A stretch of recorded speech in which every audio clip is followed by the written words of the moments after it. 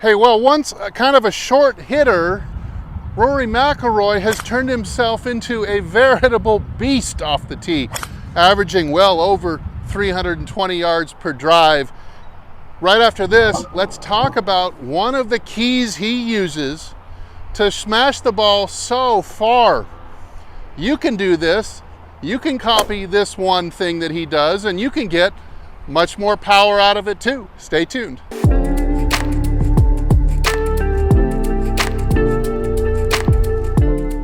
Hey, this is Steve with HitItLonger.com. I continue my journey to hit the ball longer and straighter than I ever have before, and I hope to show you how to do it too. All right, so I remember when Rory McIlroy first came up on tour. He was a young kid. I remember seeing one of his TrackMan reports. In the very early days of TrackMan, his typical swing was about 108 miles an hour, so he was about 5 miles an hour slower than the average player on tour. Really amazing how good he was despite being shorter than average. However, everything's changed since then. You can see through putting on some muscle and really filling out his body, working on speed training, that he is now swinging anywhere from 120 miles an hour all the way up to the upper 120s if he really needs it, hitting the ball well over 320 yards on average, which means that if you just walked up and say, hey, Rory, hit a drive for me, probably would be hitting it closer to 340 or 350. That's kind of the way the averages work on the PGA Tour.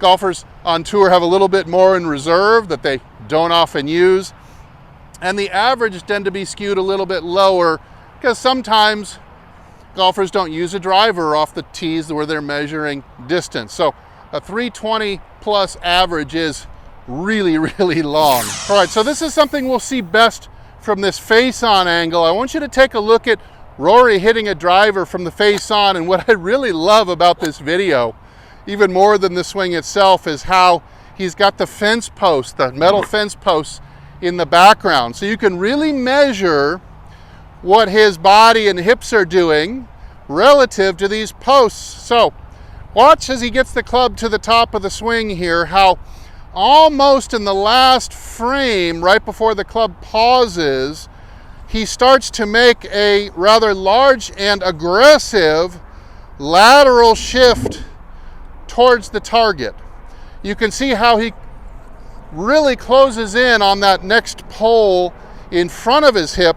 I love this chair because you've got the slats on it where we can really get a feel for the side-to-side movement of the hips. So here I've got at the beginning about a hand span. As I wind into my right side, I have increased that gap almost to double. Get loaded up on the right side, and now we're going to crash down and pivot the whole pelvis to where I am balancing on the outside of my left foot. That's what he's doing. It's a fairly large and early lateral shift of the left hip that really sets the table for this big hit. You see, what this does is, sure, it might give him a little bit of forward momentum, but linearly that's not a lot. But what it's doing here is, as he crashes down onto this left foot and completely centers his pelvis on top of the left foot, it's enabling him to create so much push down into the ground through his left foot that it's going to have a tendency to make your body turn faster.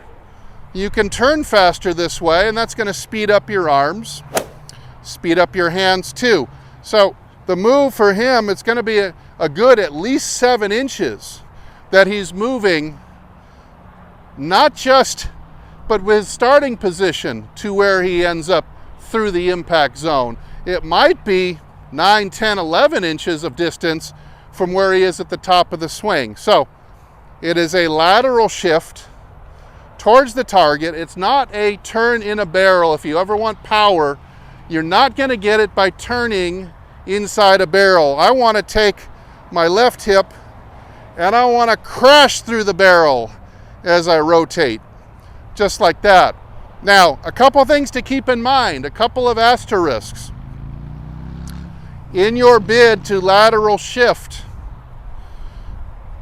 You can't lateral shift towards right center field or come off the chair or move the pelvis towards the ball. This is going to wreck the power and the accuracy of the swing, but instead you've got to keep this butt line constant as you drive through, or even increase it. He's done a very good job of keeping his butt back as he's gotten longer and not fallen under the trap of early extension, trying to hump it to an attempt to get more power. That's going to sap your power instead. So the other thing that we're after is the sequence. You'll note again that the downswing starts with the big lateral shift, almost to the point where it triggers the downswing. So a lot of you out there who have a hard time hitting the ball long, getting club head speed, even affects your ball striking on the turf as well, is that you're starting your downswing with the arms moving downwards or uncocking the club or both. And you'll notice Rory is comfortably in his left post while the club is still near the top of the swing. The club shaft has almost not advanced. The shift is first. First, post the left hip and rotate, just like Rory's doing. That'll get you set up in the slot where you can really turn on the hands and arms from there.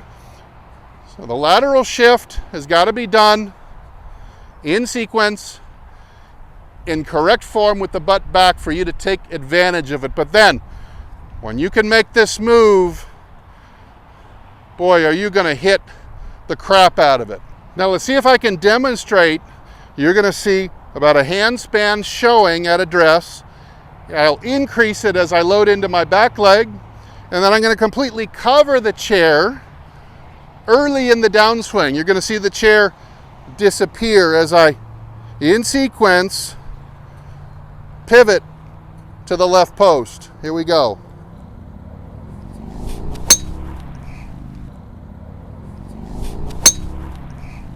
Now taking a look back at that in the slow-mo, you can see, again, the sequence is there. First thing I'm doing is I'm posting the left hip aggressively. Depends on your hip structure and how wide your feet are, but it'll be between 5 and 7 inches or so, but very aggressive. Hiya! Like a karate move, as if your left hip bone was like a karate chop.